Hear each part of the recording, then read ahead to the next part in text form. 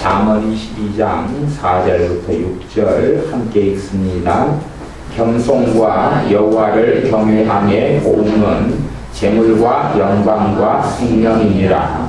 해역한 자의 길에는 가시와 돌무가 있거니와 영혼을 지키는 자는 이를 멀리 하느니라. 마땅히 행할 길을 아이에게 가르치라. 그리하면 늙어도 그것을 떠나지 아니하리라. 아멘. 올바른 자녀 교육에 대해서 오전과 오후 또 기회가 되는 대로 말씀을 좀 나누려고 합니다. 사실은 이 올바른 자녀 교육이라는 것은 다른 말로 하면 왜 나는 이렇게 잘 변화되지 않을까, 또한 내가 어떻게 변화된 삶을 살 수 있을 것인가 하는 것에 대한 이야기입니다. 내가 왜 이리 변화가 어려울까? 내가 왜 이런 삶을 살 수밖에 없는 것인가 하는 것에 대한 이야기이기도 합니다. 제게 많은 사람들이 질문을 해옵니다. 그리고 참 많은 답답한 질문과 답답한 것을 기대하는 사람들이 많습니다. 답답하다 하는 것은 뭐냐 하면 내 자식을 어떻게 변화시킬 수 있느냐, 물론 다 커버린 자식, 어떻게 내 남편을 변화시킬 수 있느냐, 무수히 많은 사람들이 자신의 문제 많은 남편을 변화시키고자 저한테 묻고 요구하고 이야기합니다. 그러면 이 남편을 변화시키는 것보다 100배 쉬운 것은 자식 변화시키는 것입니다. 왜? 남편은 내 손아귀에 없는데 자식은 내 손아귀에 있잖아. 말이 통하잖아. 어느 때까지는 그래도 말을 듣잖아. 내가 먹이고 낳고 키웠으니까. 그런데 자식 변화가 어려운데 어떻게 남편 변화가 쉽겠느냐. 남편은 변화는 하늘의 별따기처럼 어려운 것입니다. 심지어 나아가서 자식의 변화도 정말 어려운 것입니다. 그 이유가 있습니다. 그 이유가.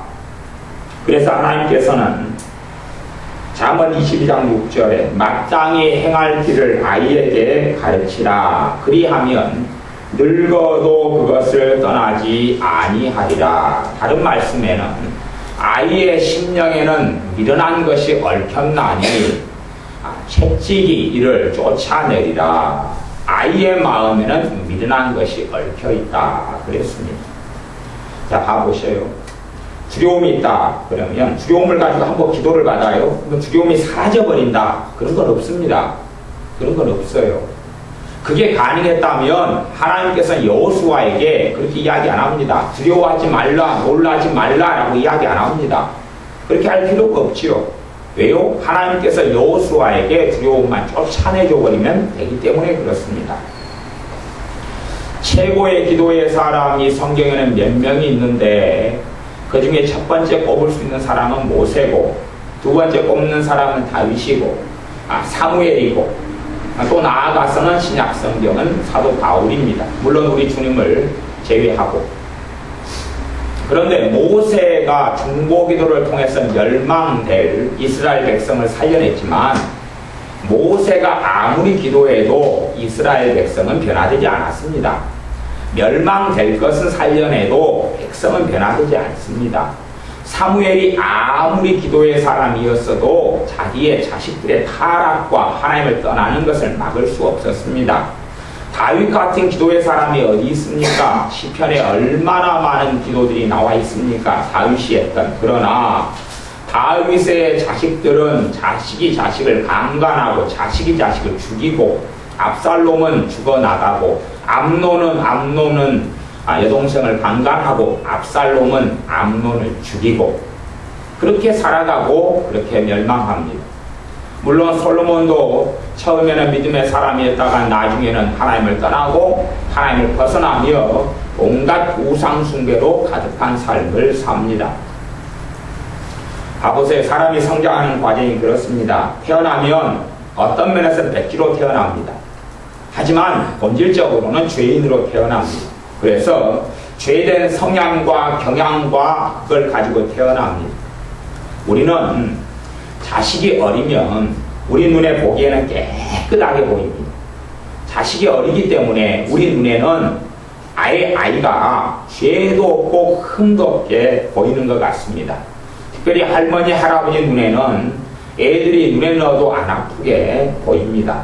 그리고 특별한 아이를 제외하고는 별로 그렇게 아이들이 사고를 치지 않습니다. 큰 문제를 일으키지 않아요. 그것이 부모의 순진한 생각입니다. 아이들은 가만히 멈춰 있는 것 같지만 절대 멈춰 있지 않습니다. 아이들이 가만히 앉아서 TV를 보고 있지만 그냥 TV를 보고 있지 않습니다. 그냥 아이가 앉아서 빠끔살이를 하고 이렇게 놀고 있는 것 같지만 그냥 그렇게 있는 게 아닙니다.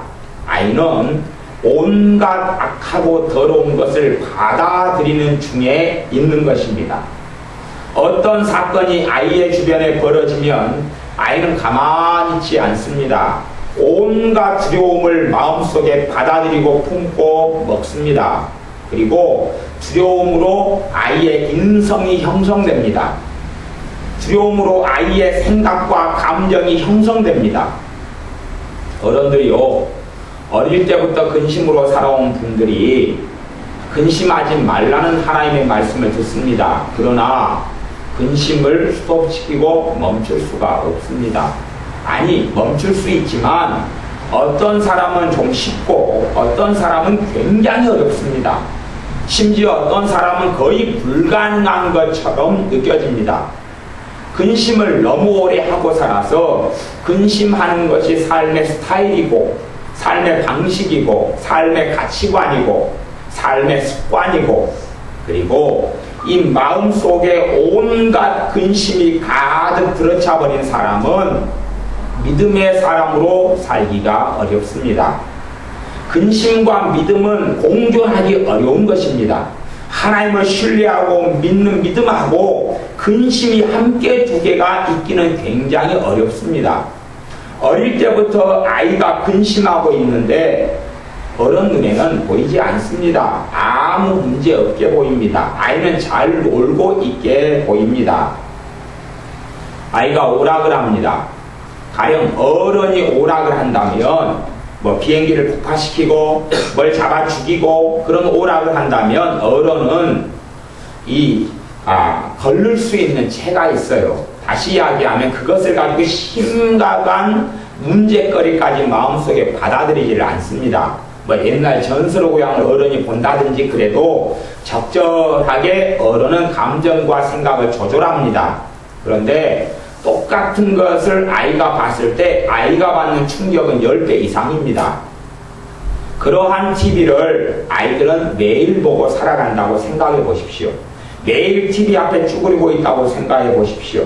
그러면 TV를 통해서 무엇이 방송됩니까? 지금의 TV는 선정성, 음란성, 폭력성, 또 세속화, 쾌락주의 온갖 것을 양산하는 게 TV입니다. 그것을 쭈그리고 앉아서 하루 종일 봅니다. 그러면 아이는 사고를 안 치지요. 아무 문제 없이 조용하지요. 그래서 부모는 아이가 너무 심심하니까 치킨도 사주고 선물도 해주지요. 아이가 아무런 사고를 벌리지 않으니까 할머니 입장에서도 아이가 TV만 보고 가만히 앉아있으니까 얼마나 착하고 얼마나 순하고 얼마나 양순하게 보입니까? 그래서 얼러주고 사랑해주고 그러지요. 하지만 아이는 온갖 더러운 가치관과 생각과 감정을 뱃속에다가 집어넣어 버립니다. 그런 아이의 특징은 하나님의 말씀이 마음속에 들어가지 않는 것입니다. 믿음이 들어가질 않아요. 온갖 세소가 된 가치관, 쓸데없는 생각들이 마음속에 가득하게 됩니다. 이제 그것을 TV를 통해서 한 10년을 그렇게 받아들이고 먹었다고 생각해 보십시오. 그러면 이 사람하고 그렇지 않은 사람하고 어떻게 믿음을 가지고 주님 앞에 사는 것이 동등할 수 있겠느냐, 그것입니다. 동등할 수가 없습니다. 결코 같을 수가 없습니다. 한 사람은 10년 동안 그 넓은 광활한 대지에 온갖 가시와 잡초와 엉겅퀴를 가득 나게 한 사람하고 옥토밭을 그대로 유지하고 있는 사람하고 어떻게 같겠느냐 하는 것입니다. 아이가 고집을 피우고 욕심을 피웁니다. 고집을 아이가 피워봐야 별게 없습니다. 단지 인형을 내가 가지겠다는 고집이고, 장난감을 가지겠다는 고집이고, 피자를 좀 더 많이 먹겠다는 고집이고, 밥을 지금 안 먹겠다는 고집입니다. 그렇기 때문에 그것은 어른들에게는 아무 문제를 일으키지 않습니다. 그런데 아이는 커가면서 고집의 크기도 커져간다는 사실입니다. 그래서 아이가 고집의 사람이 됩니다. 그리 되면 이제 예수님을 영접하기도 힘들어요. 고집을 피운다는 것은 자기가 자기 인생의 주인이다 그 말입니다. 자기 중심성이 어마어마하게 커집니다. 저나 여러분이 고집을 피우고 오랫동안 살아왔다 그러면 이 고집을 깨뜨리고 무너뜨린다는 것은 정말로 어렵습니다. 내가 내 고집을 내려놓았다가 조금 지나면 다시 내가 주인이 되어버리고 맙니다. 제가 어릴 때 오랫동안 자리에서 잠자고 일어나면 이불 개는 것을 교육을 받지를 못했습니다. 다시 이야기하면 제가 스스로 이불 개는 것을 하는 것을 안 했다 그 말입니다. 그 고집을 제가 피고 살았다 그 말입니다. 그리고 한국의 문화는 공부의 문화이기 때문에 일찍부터 공부하는 데 시간을 많이 보냈어요. 뭐 고등학교 때도 밤 11시까지, 또 고3 때는 새벽 2시까지 있다가 학교에서 돌아왔기 때문에 중3 때만 해도 집에서 제가 잠을 안 자고 독서실에서만 자고 생활했기 때문에 제가 이불을 안 개도 집에서는 아무 이야기를 안 합니다. 왜? 공부하는데도 바쁘기 때문에. 그리고 이제 제가 20살이 넘었습니다. 제가 제 몸을 꾸리고 자취하고 또 다른 타지에서 생활하고 대학 생활도 그렇고 그렇게 살아갑니다. 근데 이제 이불을 제가 개야 되잖아요. 그렇죠? 제 혼자 사니까 이불을 제가 개야 됩니다. 이불을 개는 게 쉽겠습니까? 어렵겠습니까? 저 어렵습니다. 이불을 개는 게 훈련되지 않으니까 이불을 개는 것이 어려워요. 힘들어요. 마찬가지입니다. 우리의 삶에 자녀들을 훈련시켜 가지 않으면 하나님의 말씀대로 마땅히 행할 길을 아이에게 가르치라. 마땅히 행할 길이 아이에게 가르쳐지지 않으면 또한 우리가 마땅히 행할 길을 가르침받고 살지 않았고, 그리고 행할 길이 아니라 반대되는 것을 굉장히 많이 먹고 받아들이고 누리고 살았다면 우리가 설령 예수님을 영접하고 주님께 나와도 우리 자신의 변화는 너무나 어렵습니다. 너무나 험하고 험난합니다. 우리는 옥토밭이 아니기 때문에 그렇습니다. 우리는 가시덤불 밭이고 길가 땅처럼 딱딱하고 강팍하고 굳어진 땅이고, 그리고 돌짝밭과 같은 우리의 마음을 가지고 있기 때문에 그렇습니다. 이기적인 아이들은, 자기 중심적인 아이들은 쉽게 상처를 받습니다. 그 상처는 가짜예요. 대부분 가짜입니다. 피자가 한 조각이 남았습니다. 그러면 이기적인 아이는 다른 사람 피자 몫이 아니라 자기 몫이라고 생각합니다. 그리고 자기에게 그것을 주지 않으면 상처받는다 그래요. 그리고 상처를 어릴 때부터 품고 살아갑니다. 다른 집 아이에게 좋은 옷을 자기 엄마가 사줬고, 자기 그 아이의 엄마가, 그리고 이제 자기 엄마도 자기에게 그 좋은 옷을 살 걸로 기대합니다. 이 이기적인 아이는. 그리고 안 사줬으면 스스로 상처받습니다. 그런 상처는 다 가짜고 거짓이거든요. 그런 이상한 몬스터 같은 이 변질된 이상한 상처들로 어릴 때부터 마음을 채우고 생각을 채웁니다. 그렇게 해서 이 심령 속에, 마음 속에, 생각 속에, 가치관 속에 온갖 잡동사니를 채워놓고 살아갑니다. 많은 부모들은 착각합니다. 여러 착각을 하는 게 있는데, 그 중에 하나는 나는 아이에게 마땅히 행할 길을 가르친다는 착각입니다. 그게 다 거짓말입니다. 마땅히 행할 길을 가르치려고 해도 뭐가 마땅히 행할 길인지 모릅니다. 가르치지를 못해요. 기껏해야 자기는 가르친다고 하지만 잔소리에 불과해. 잔소리. 이 본질적인 것을 이야기하지 않아요. 그러니까 아빠가 아주 냉정하게 또 객관적으로 어떻게 사는 것이 바른 인생이냐, 이것이 행할 길을 가리키는 것이에요. 그런 걸 안 가리킨다 그 말이에요. 기껏해야 공부해라, 형제끼리 싸우지 말아라, 이 본질의 것이 아닌 것. 왜 다투냐, 왜 짜증 부리냐, 왜 못된 짓 하냐, 그런 정도, 그것을 행할 길을 가리킨다고 착각하는 건 그건 마땅히 행할 길이 전혀 아닙니다. 전혀 아니고, 부모가 아이가 자기를 짜증내는 것이 한계치가 넘어가니까 자기도 울컥 짜증이 나서 아이를 공격하고 아이를 괴롭게 하는 것에 불과합니다. 본질적인 걸 이야기하지 않습니다. 본질적인 것. 사람이 마땅히 걸어가야 할 길을 가르치지 않습니다. 그렇게 가르치지 않아요. 사람의 도리를 가르치지 않습니다. 사람이 하나님 앞에 어떻게 살아가야 할 것을 가르치지 않습니다. 물론 그 부모가 신앙을 안 가졌으면 최소한은 사람다움이 무엇인지, 정직하게 사는 것이 무엇인지, 섬기는 게 무엇인지, 봉사하는 게 무엇인지, 공경하는 것이 무엇인지, 가치 있게 사는 것이 무엇인지, 그런 것을 가르쳤어야 됩니다. 하지만 그런 것은 안 가르칩니다. 한국의 교육의 심각한 점은 믿는 사람이라도 공부가 최고라고 생각하는 것입니다. 공부가 최고. 공부만 하면 아이가 잘 크고 있다고 생각합니다. 부모의 착각 중에 하나는 학교가 아이를 사람 만들 걸로 생각합니다. 그래서 제가 할머니, 할아버지들이 간혹 그런 이야기를 하는 걸 들었습니다. 쟤는 대학까지 나와서 그래도 사람이 됐을 거야. 아니, 대학교에서 사람 만들어준다는 이야기입니까? 나는 그런 이야기는 머리털 나고 한 번도 들어본 적이 없는데, 어른들은 그렇게 생각한다는 것입니다.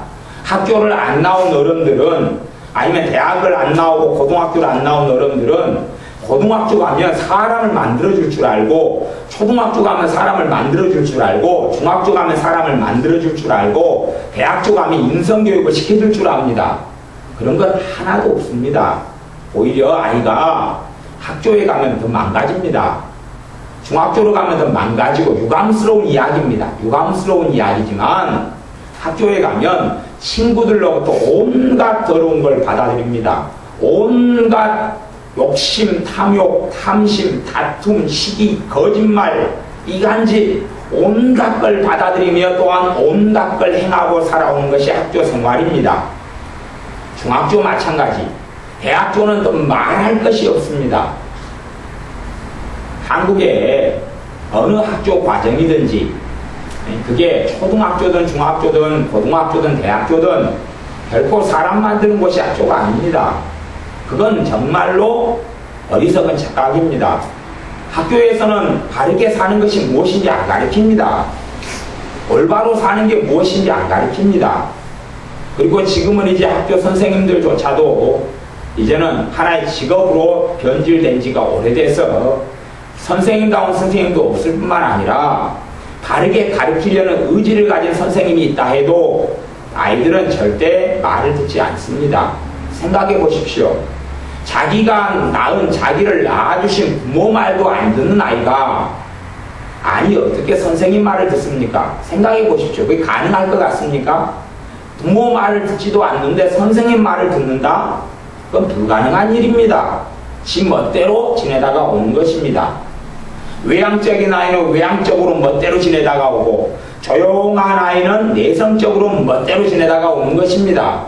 그렇게 해서 오랜 세월 동안 마음속에, 심령 속에 온갖 쓰레기와 온갖 잘못된 가치관과 잠재의식과 의식과 잠재의식 속에, 무의식 속에, 생각 속에, 감정 속에, 정서 속에 온갖 안 좋은 것을 집어넣고 삽니다.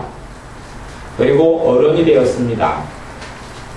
이제 변화가 쉽단 말입니까? 변화가 어떻게 쉽습니까? 변화 거의 불가능합니다. 미움을 오랫동안 품고 왔습니다. 미움을 오랫동안 품어온 아이들은 용서를 가르치지 않았어요. 미움을 오랫동안 품어왔으면 아이의 성향 자체가, 아이의 인성 자체가 미워하는 인성이 만들어져 버립니다. 미워하는 인성.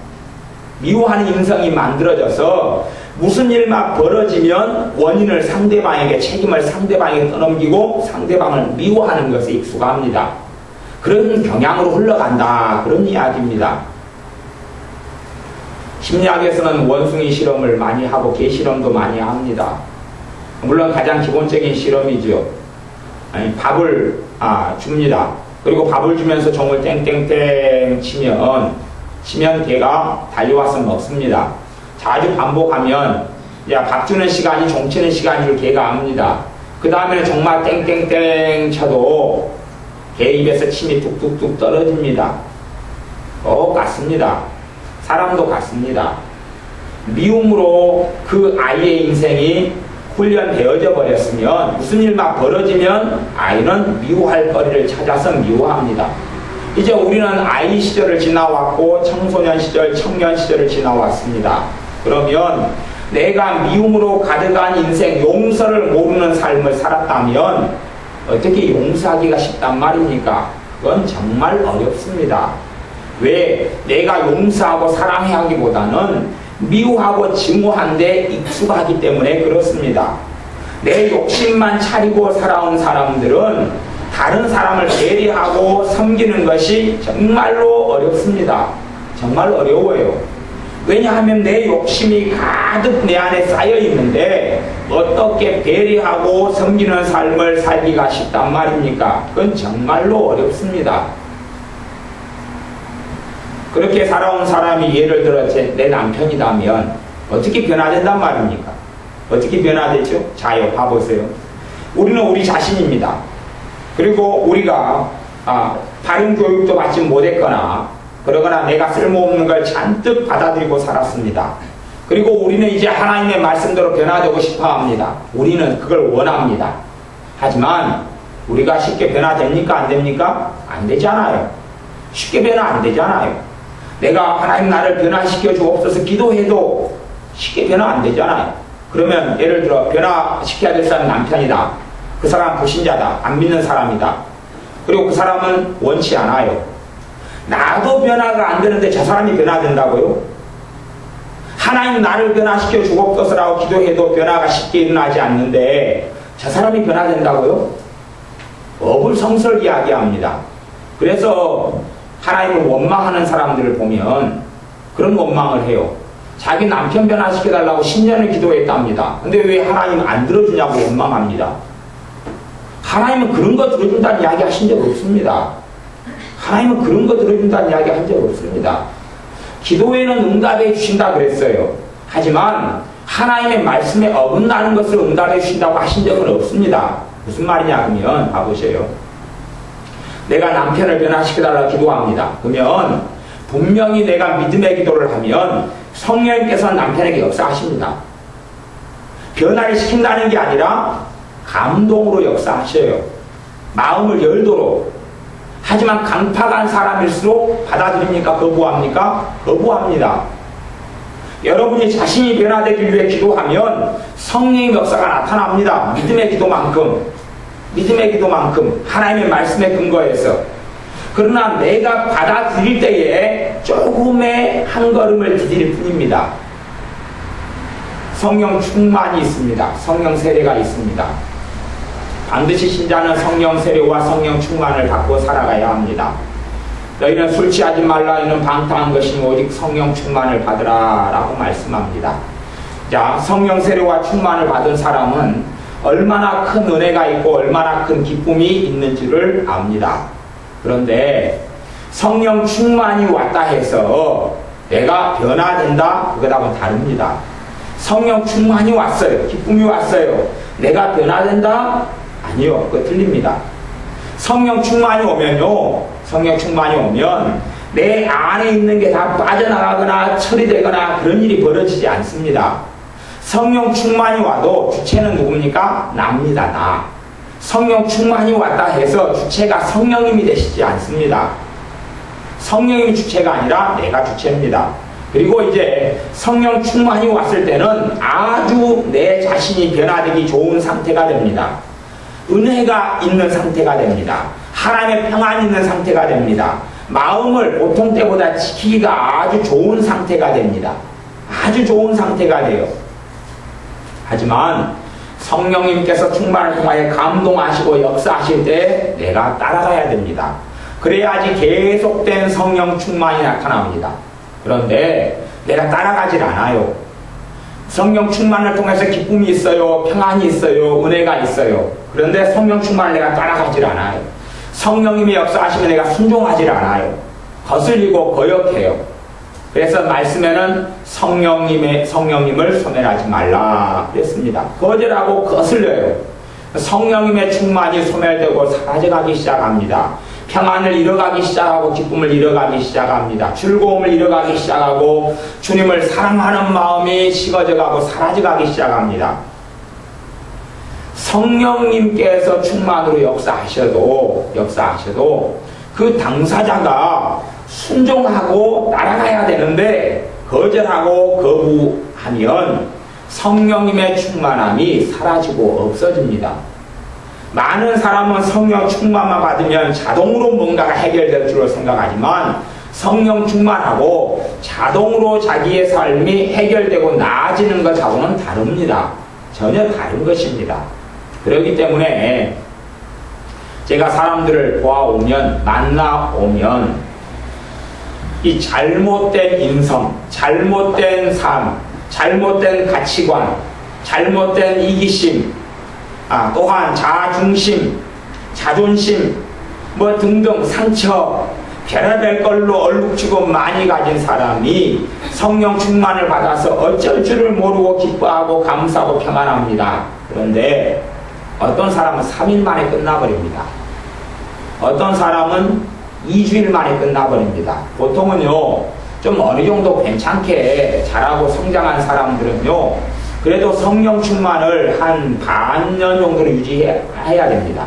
한 반년이나 1년 정도. 물론 진실하게는 평생 동안 신자는 성령 충만할 수 있습니다. 평생 동안 성령 충만할 수 있습니다. 그런데 이 반년 정도 유지하거나 아니면 한 3년 이 정도 유지하고 그 다음에 또 1년 성령 충만을 까먹었다가 다시 받아서 또 3년 가고 5년 가고 이렇게 돼야지 사실은 맞는 것이에요. 실제로 정말 정답은 내가 예수를 믿는 순간부터 죽을 때까지 성령 충만한 것이 사실인데 그렇게 돼야 되는데 그렇게 기쁨이 더 커지고 평안이 커지고 주님을 사랑함이 커지고 은혜가 더 커지고 그렇게 돼야 되는데 자기 중심성이 센 사람일수록 오래가질 않습니다. 자기 중심성이라는 것은 아이를 키울 때에 아이를 주인공으로 키워버렸습니다. 아이의 입맛에 맞게 반찬해주고 아이의 입맛에 맞게 옷을 사주고 너가 하고 싶은 게 무엇이냐 애를 슈퍼에 데려가면 그래서 할머니 할아버지들이 애를 딱 망치는 가장 좋은 케이스고 또 아빠들도 애를 참 많이 망칩니다. 아빠들이 왜 애를 잘 망치냐 그러면 아이를 잘 망치냐 그러면 아버지들은 낮에는 집에서 돈을 벌고 오잖아요. 저녁에 왔는데 아이를 보는 시간이 짧잖아요. 짧으면 아이가 이뻐요 안 이뻐요? 이쁘지요. 이쁘니까 아이가 해달라는 걸 많이 해줍니다. 얼러주고 아이를 위해서 시간을 보내줍니다. 그리고 이제 아빠는 또 일 나가야 되기 때문에 자고요. 그래서 자기 눈앞에서 애를 혼내는 것을 아빠들은 싫어하고 원치 않습니다. 물론 엄마는 하루 종일 아이와 지내기 때문에 아이가 무슨 생각을 하고 어떻게 사는 줄을 압니다. 물론 그것도 절반 이상 거짓말입니다. 절반 이상. 무슨 말이냐 하면 여러분 자녀 입에서 거짓말을 좀 발견했습니다. 엄마, 네 왜 지금 뭐하냐? 지금 네 TV 보고 있냐? 전화로 물었습니다. 아이가 TV 보고 있는데 아니요. TV 안 봤어요. 그렇게 이야기합니다. 그 거짓말이죠. 단순한 거짓말이죠. 근데 이제 집에 와서 그 아이의 형이나 오빠에게 물어봤더니 얘가 TV 봤다는 거예요. 거짓말했지요.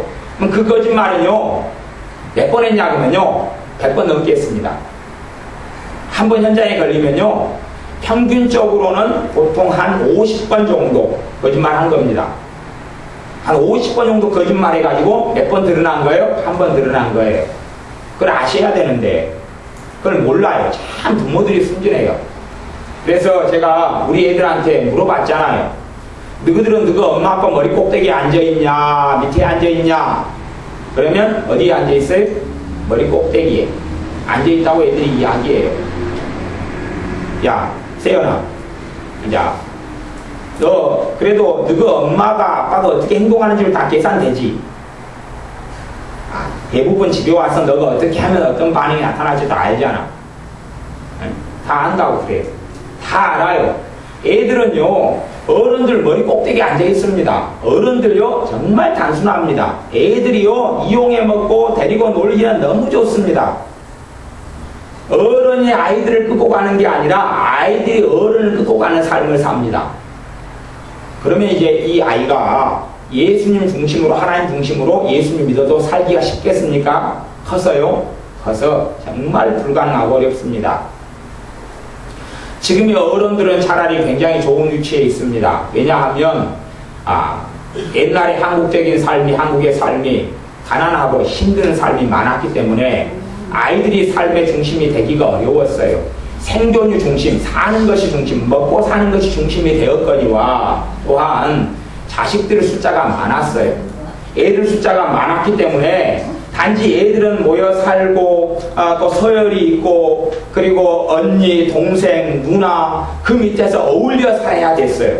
그렇기 때문에 사회성을 최소한은 갖출 수밖에 없고 양보를 갖출 수밖에 없고 자기가 인생의 중심이 아니다는 것을 아이는 일찍부터 배웠습니다. 그리고 지금의 이제 많은 성인들이 됐습니다. 소수의 가정, 일부의 가정을 제외하고는요. 물론 잘못된 방식의 교육은 물론 지금 성인이 된 사람들에게도 가득하다는 것은 사실입니다. 가득하다는 건 사실입니다. 제가 비교하는 것은 뭐냐 하면 지금의 어린아이들, 청소년, 청년들은 지금의 장년이 겪는 것보다 5배, 10배가 심하다는 사실을 이야기하는 것일 뿐입니다. 지금의 장년이 변화되기 어려우면 지금의 청소년과 어린이는 변화되는 것은 훨씬 하늘의 별따기처럼 어렵다 하는 것입니다. 그래서 본질적으로 한국 사회의 장래는 참으로 암담합니다. 놀라운 대부흥이 일어났다고 가정해요. 성령의 역사가 파도처럼 흘러갑니다. 하나님의 치유 역사가 흘러갑니다. 성령 세례가 본물처럼 터져나옵니다. 그래도 순식간에 잃어버리고 맙니다. 순식간에 잃어버리고 사라지고 맙니다. 아마 그렇게 될 수밖에 없습니다. 아이를 지금은 하나나 둘이만 놓습니다. 그리고 이제 아이가 주인공이죠. 아이 중심으로 가정이 살아갑니다. 여름 휴가요, 아이 중심으로 계획합니다. 그리고 살아갑니다. 먹는 것 아이 중심으로 살아갑니다. 특별히 엄마들은 더 심하지요. 남편 중심으로 살았다가 아이들이 태어나면 아이 중심으로 삶을 바꿉니다. 그리고 아이들은 자신들이 어릴 때부터 주인공이라는 가치관이 심어집니다. 그렇게 해서 예를 들어서 20년을 살았습니다. 그리고 20살에 예수님을 영접했습니다. 이제 자신이 끊임없이 주인이 되려 하기 때문에 굳건한 신앙, 강건한 신앙이 되기가 어렵습니다.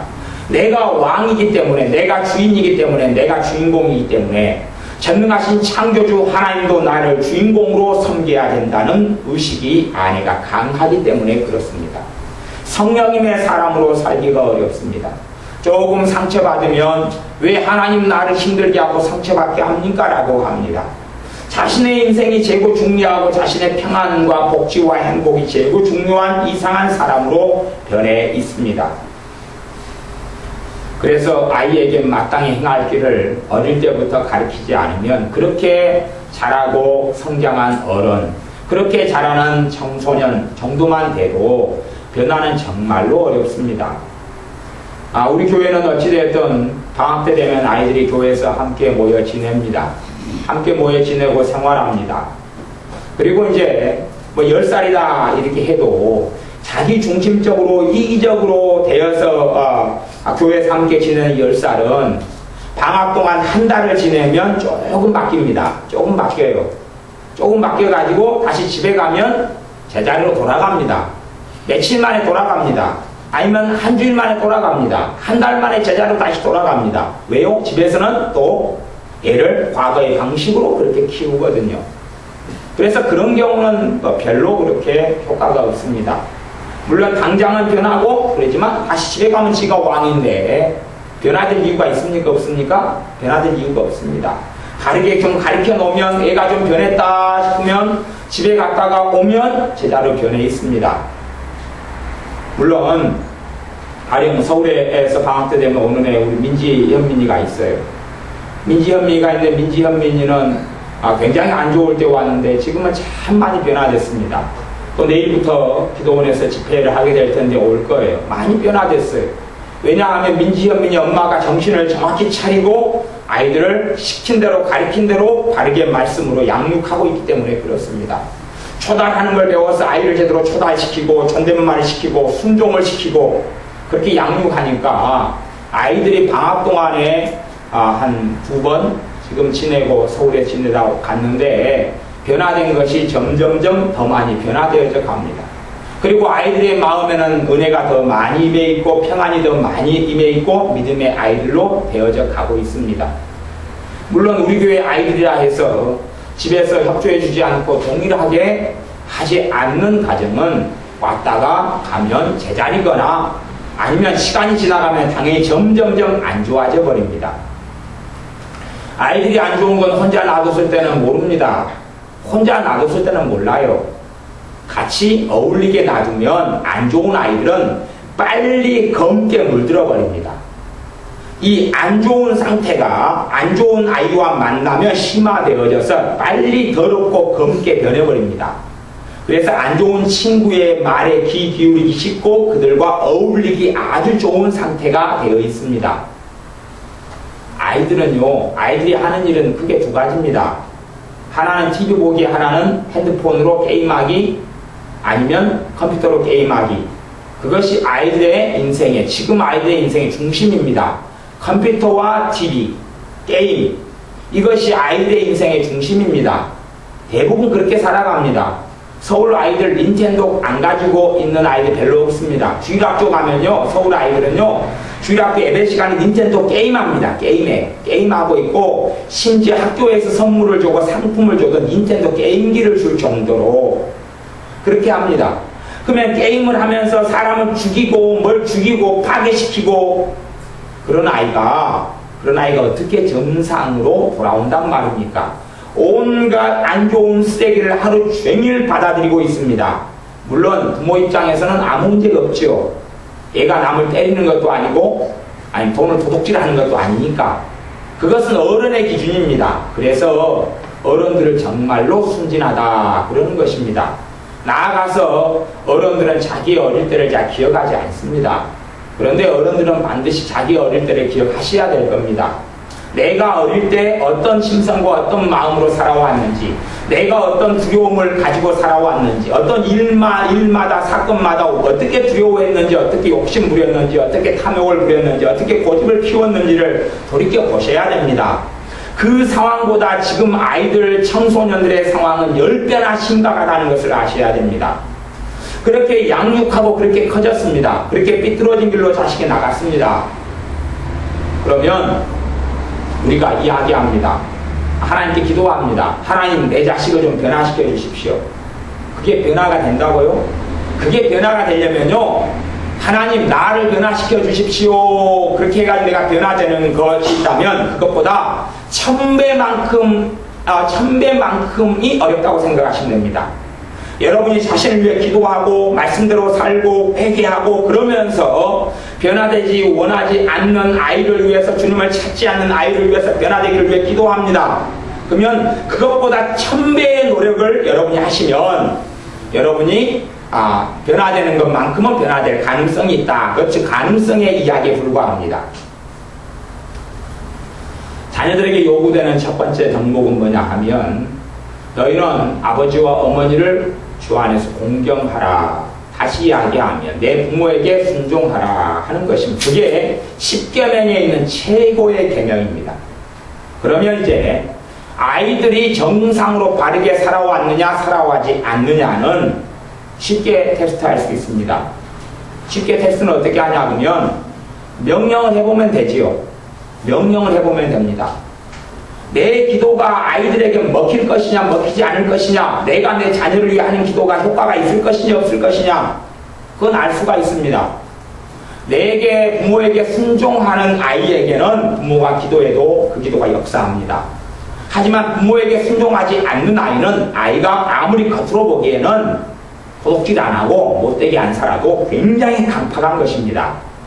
순종의 기본 척도는 뭐냐 하면 여러분이 예수를 믿기 때문에 자식에게 예수를 믿어라 이야기하면 들으면 순종이 있는 것이고 안 들으면 굉장히 강팍한 것입니다. 가장 중요한 예수를 믿어라, 그것이 순종의 기본으로 테스트해 볼 수 있는 것입니다. 예수님께 나아와라. 하지만 그걸 안 듣는다면 아이는 잘못 키워진 것이고 잘못 양육된 것입니다. 그리고 여러분이 정말로 많이 기도해도 그 마음에 너무 강팍하기 때문에, 너무 안에 담아둔 게 많기 때문에 여러분이 돌아가실 때쯤이나 열매를 거둘 수 있을지 모른다라고 생각하셔야 됩니다. 그건 어쩔 수 없습니다. 하나님의 말씀에는요, 20살이 넘은 다음에는 자기의 인생에 대한 책임을 그 스스로에게 하나님은 묻습니다. 부모에게 이제 묻지 않습니다. 물론 부모가 자녀를 양육을 잘못한 책임은 하나님께서 물으실 것입니다. 그렇기 때문에 반드시 부모는 회개해야 될 것입니다. 주님 앞에 서기 전에 잘못 양육한 죄는 회개해야 됩니다.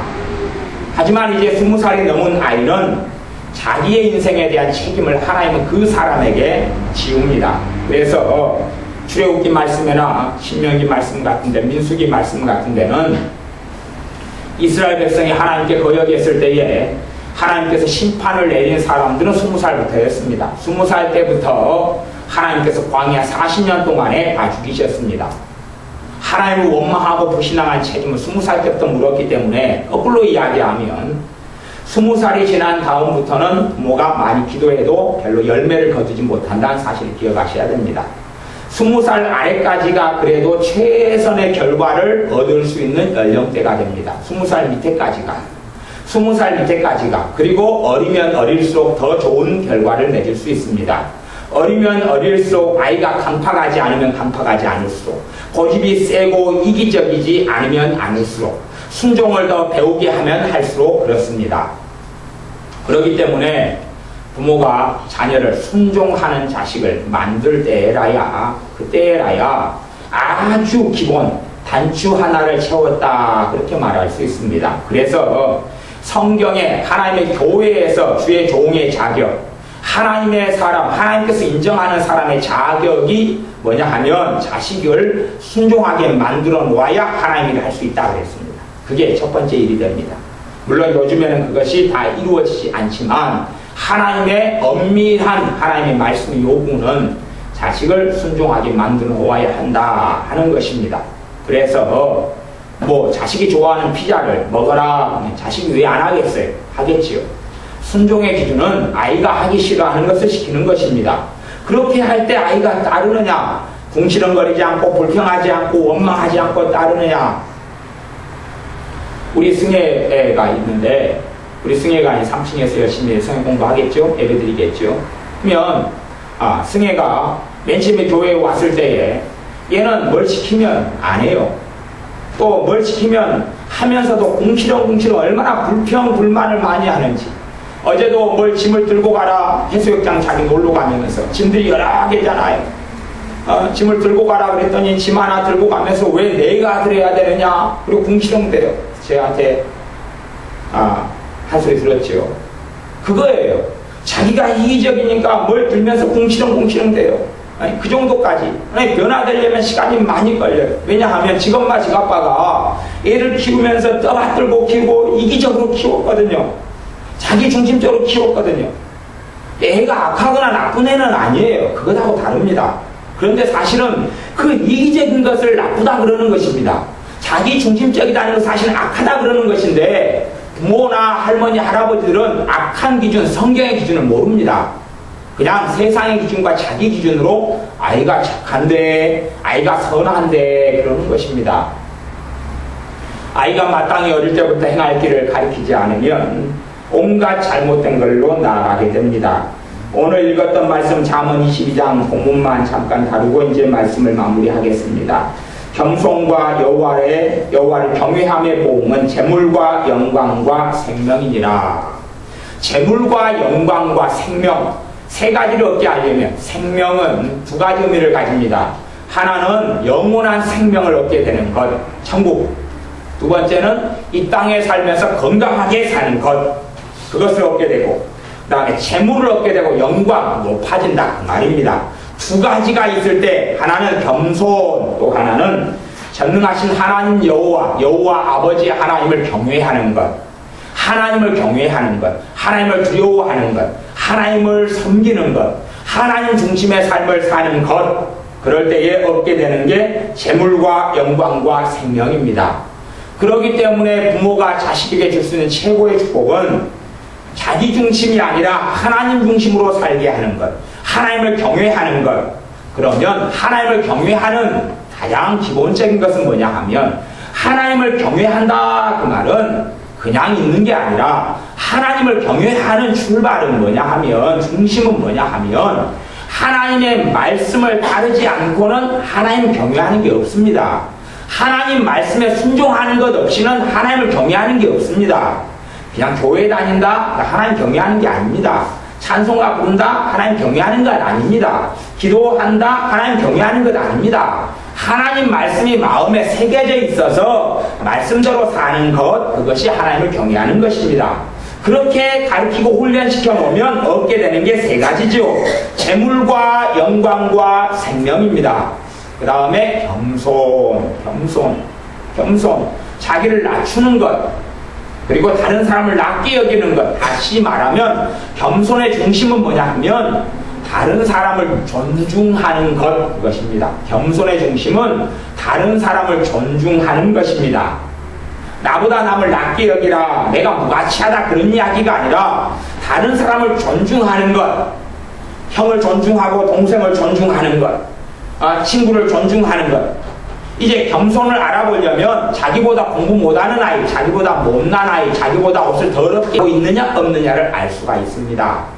자기보다 약한 사람을 짓밟고 욕하고 힘없는 아이를 발시하고 거짓말하고 이간질하고 그러면 겸손이 없지요. 그래서 하나님의 척도는 두 가지입니다. 지금 잠언 22장 4절의 척도는 두 가지인데 하나는 겸손이고 또 하나는 하나님 여호와 하나님을 경외하는 것입니다.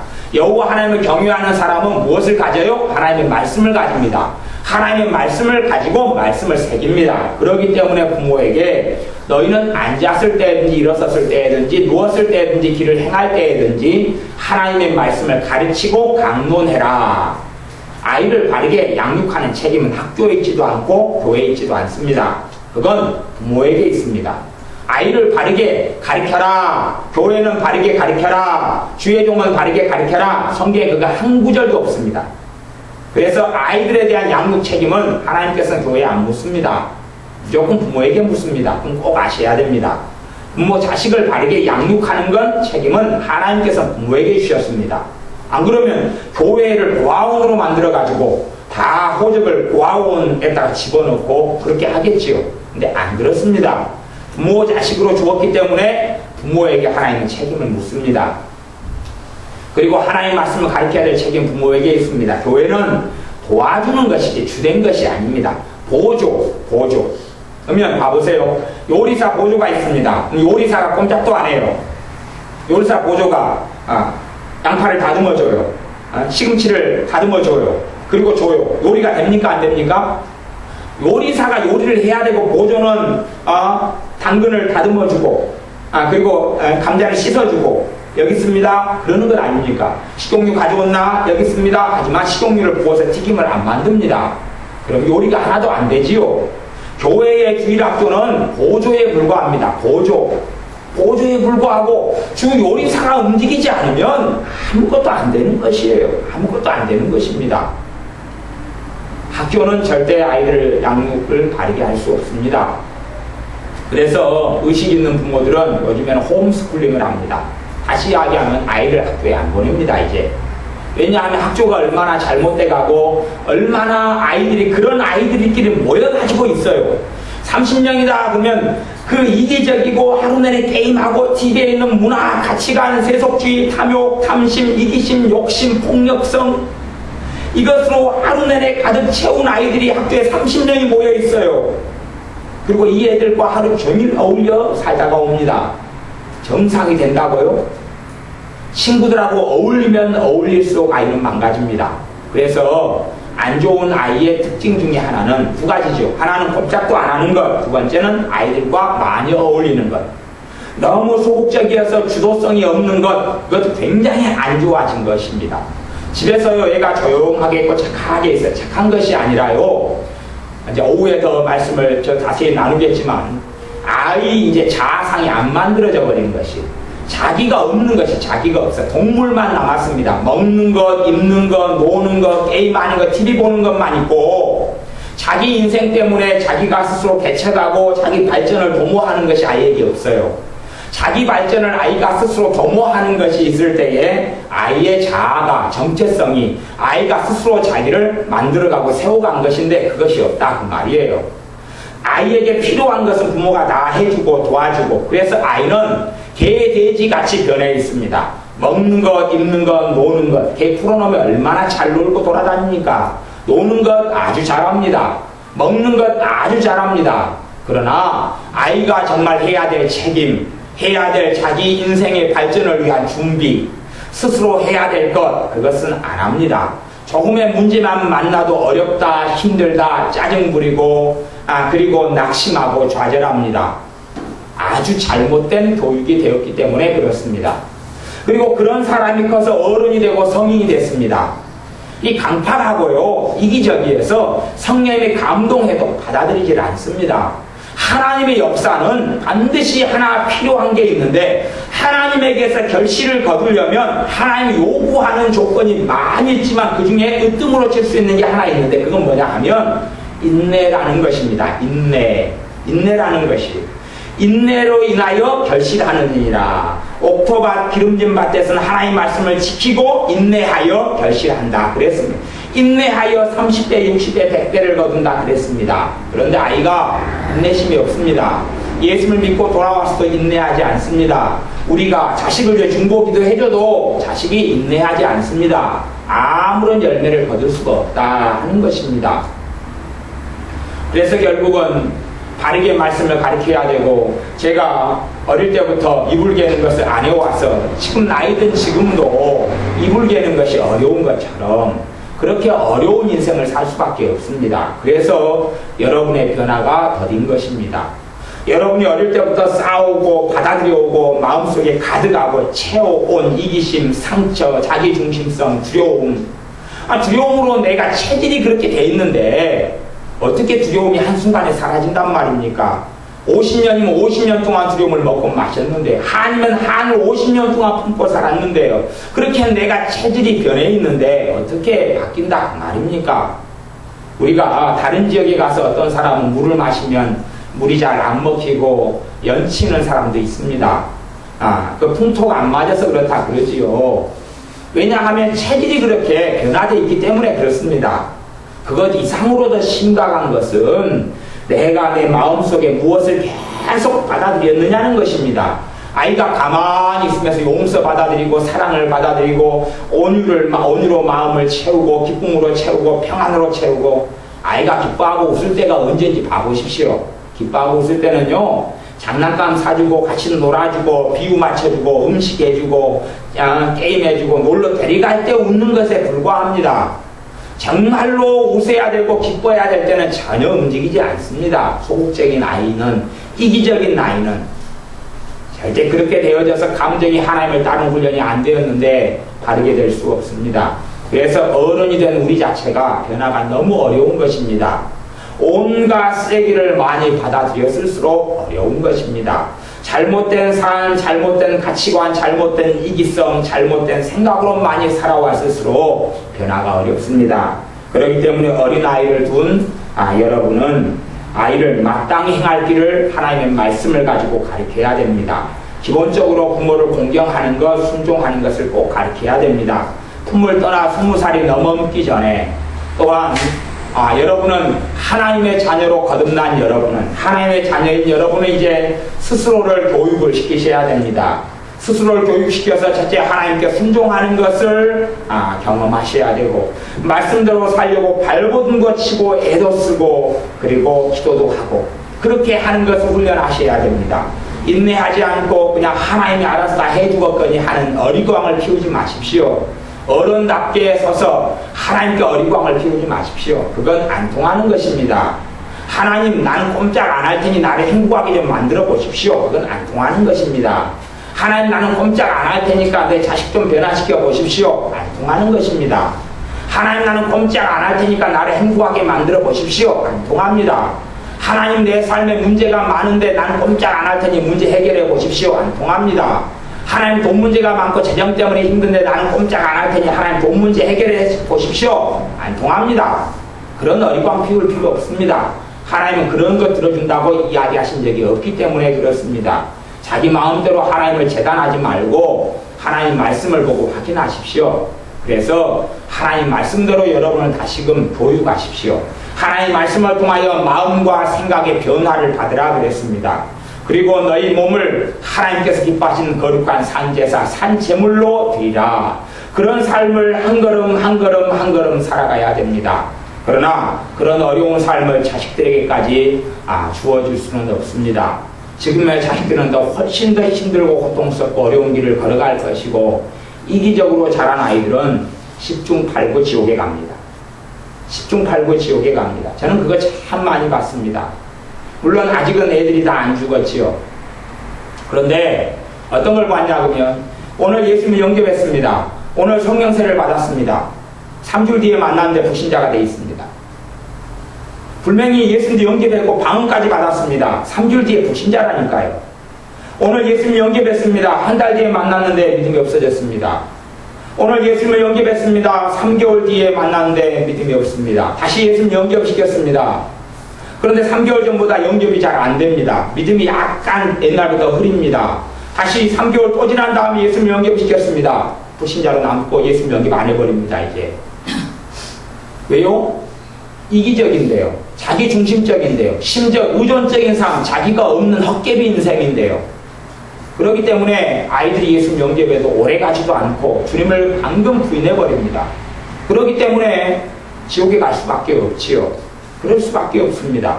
그래서 지금의 교회 다니는 아이라 할지라도 여러분의 자녀라 할지라도 잘 양육하지 않으면 대부분 다 지옥에 간다는 것을 기억하십시오. 지금의 교육의 방식으로는 대부분 다 지옥에 갑니다. 예수님을 영접해도 오래가지 않습니다. 심지어 억지로 교회는 다니게 만들 수 있습니다. 품 안에 있을 때. 그러나 머리 커지면 떠납니다. 머리 커지면 내가 알아서 하겠다 그럽니다. 교회도 아니라 내가 알아서 다닐게요. 알아서 다닌다는 이야기는 나 안 믿겠다 그런 이야기예요. 단지 집에 살아야 되니까 비유만 조금 맞춰주는 것이 비유만 조금 맞춰줘요. 하지만 함께 예배드릴 때의 자세를 보면 아는데 함께 예배드릴 때도 졸고 건성이고 말씀을 안 받아들이는데 혼자 가서 예배드리는데 정상으로 받아들이겠어요? 아니요. 아무 필요 없습니다. 아무 필요 없어요. 그래서 제가 어떤 분이 그러더라고요. 자식이 따로 신앙생활을 하고 싶어 합니다. 그래서 따로 보냈습니다. 그래서 제가 속으로 그렇게 해서 지옥에 보내시면 좋지요. 그랬습니다. 지옥에 그냥 갑니다. 아무 필요 없는 신앙이 되고 맙니다. 참 순진한 것이에요. 순진한 것. 아이를 존중한다 그러는데 눈 안에 데리고 말씀을 가리키고 얘가 똑바로 기도하는지 똑바로 주님을 믿고 있는지 똑바로 은혜생활 하고 있는지를 확인해야 되는데 품 안에 있을 때부터 그래서 훈련을 시키고 기도가 더 필요할 때는 더 기도를 해주고 그렇게 해야 되는데 그걸 안 하는 것이에요. 그 책임은 나중에 중보기도 한다고 되는 게 아닙니다. 그래서 중보기도 환상 가운데 절대 바르게 교육시켜 놓지 않고 자식을 위해서 막 울면서 기도해도 안 돼서 한탄하고 가슴을 치는데 별로 안 이루어지기 때문에 한탄할 필요가 없다는 것을 아셔야 됩니다. 단지 주님께만 돌아오게 해달라고 믿음이라 좀 갖게 해달라고 그렇게 기도하십시오. 바르게 되게 해달라고 더 환상과 꿈을 꾸지 마십시오. 단지 예수님만 영접하게 해달라고. 그래도 영접해도 믿음이 그렇게 흐리고 오래가지 않습니다. 계속 부단히 붙잡고 해야 될 것입니다. 그리고 좋은 사람들, 좋은 믿음의 사람들 만나서 다시금 마음과 삶이 재교육될 수 있도록 기도를 하십시오. 좋은 하나님의 사람 만날 수 있도록 기도하십시오. 그래서 받지 못했던 것을 다시 교육을 시켜야 되는데 어른 몸뚱아리면 어렵습니다. 아이들의 잘못된 습관은 매 몇 번 딱 되면 끊어지는데 어른의 잘못된 습관은 누가 매 때려주는 것도 아니고 스스로 결심을 해도 작심삼일에 멈추고 맙니다. 그래서 어렵다는 이야기입니다. 그러니 여러분이 잘못 배우고 잘못 스스로 교육한 것을 어른된 여러분은 바르게 자신을 훈련시키고 말씀으로 양육시켜야 됩니다. 하나님의 말씀을 받아들이는 가장 기본적인 방법은 말씀을 읽으면서 음식을 먹는 것처럼 마음속에 받아들이셔야 됩니다. 마음속에 받아들인다 생각하고 말씀을 받아들여야 됩니다. 겸손과 여호와를 경외함의 보응은 재물과 영광과 생명이니라 받아들여야 됩니다. 패역한 자의 길에는 가시와 올무가 있거니와 패역한 자는 누굽니까? 패역은 첫 번째 패역은 하나님을 섬기지 않는 게 패역입니다. 그 사람에게는 가시와 올무가 있습니다. 내 자식이 하나님을 섬기지 않습니다. 가시와 올무가 있는 게 당연합니까? 아니면 잘못된 것입니까? 당연한 것입니다. 이상하게 생각하지 마십시오. 하나님 말씀이 그렇게 이야기했습니다. 패역한 자, 패역이 뭡니까? 하나님을 섬기지 않는 게 패역입니다. 다른 걸 패역이라고 생각하지 마. 그건 그 다음 패역은 지 맘대로 법을 어기면서 살아가는 게 패역이지만 첫 번째 패역은 하나님을 섬기지 않는 것, 그게 첫 번째 패역이고 하나님을 경외하지 않는 게 첫 번째 패역이고 두 번째 패역은 부모에게 순종하지 않는 것, 그게 두 번째 패역이고 세 번째 패역은 법이 없이 자기 멋대로 사는 것이 세 번째 패역입니다. 그래서 패역한 자의 삶에는 가시와 올무가 있습니다. 어떤 사람들이 신앙생활에 예수님을 믿습니다. 그러나 하나님을 경외하지 않습니다. 가시와 올무가 있습니다. 패역한 자이기 때문에 그렇습니다.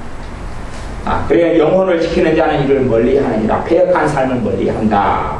그렇게 말씀하면서 마땅히 행할 길을 아이에게 가르치라. 늙어서도 안 떠난다. 늙어서도 어디를 안 떠나요? 하나님을 경외하는 것, 하나님을 섬기는 걸 안 떠나는 것이. 하지만 예수님을 믿고 안 믿고 너가 자유다 알아서 해라. 알아서, 그렇죠. 알아서 하는 게 아니고 자동적으로 지옥에 갑니다. 자동적으로 지옥에 가고 영혼을 건져내지 못합니다. 그렇기 때문에 함께 사는 사람, 가족의 변화가 구원이 정말 어렵다는 것은 아셔야 됩니다. 심지어 20년, 30년, 50년을 기도해야 될 수밖에 없다는 것을 아셔야 됩니다. 스스로의 변화도 많은 잘못된 것들로 이기심, 탐욕으로 또한 마음에 온갖 걸로 채운 것을 토해놓고 회개하고 내어버리고 말씀으로 마음과 생각을 변화시킬 때에 한 걸음 한 걸음 한 걸음 주님을 닮아가는 사람이 될 수 있을 것입니다. 기도하겠습니다. 아버지 하나님, 우리가 잘못된 자녀의 교육으로 살아왔던 어리석음을 고백하며 회개해야 합니다. 이제는 때가 늦어져 버렸음에도 불구하고 주님께 자녀들을 위하여 기도할 수밖에 없사오니 우리의 자녀들을 불쌍히 여기시고 긍휼히 여겨 주옵소서. 아직은 부모의 영향력이 있을 때에 미칠 때에 신앙생활을 하며 주님을 섬길 수 있도록 아주 견고하고 아주 단단하게 이야기하여서 예배드리는 사람, 기도하는 사람, 하나님을 경외하는 사람으로 최대한 내가 세우게 하옵소서. 나는 꼼짝도 안 하면서 하나님이 알아서 해주겠거니 하는 만용과 어리석음에 대하여 하나님은 반드시 책망하고 징계하시며 심판하실 터이오니 내 책임을 하나님께 떠넘겨버리는 어리석음을 범하지 않게 하옵소서. 또한 우리 자신을 하나님의 말씀으로 재교육하고 양육하여서 부모가 주지 못했던 교육을 이제는 스스로 할 수밖에 없사오니 말씀을 마음에 새기고 말씀을 받아들여 말씀으로 사는 사람, 말씀을 사랑하는 하나님을 경외하는 사람들이 다 되어 패역한 자의 길에 있는 가시와 엉겅퀴와 올무가 없게 하옵소서. 예수님의 이름으로 기도하옵나이다. 아멘.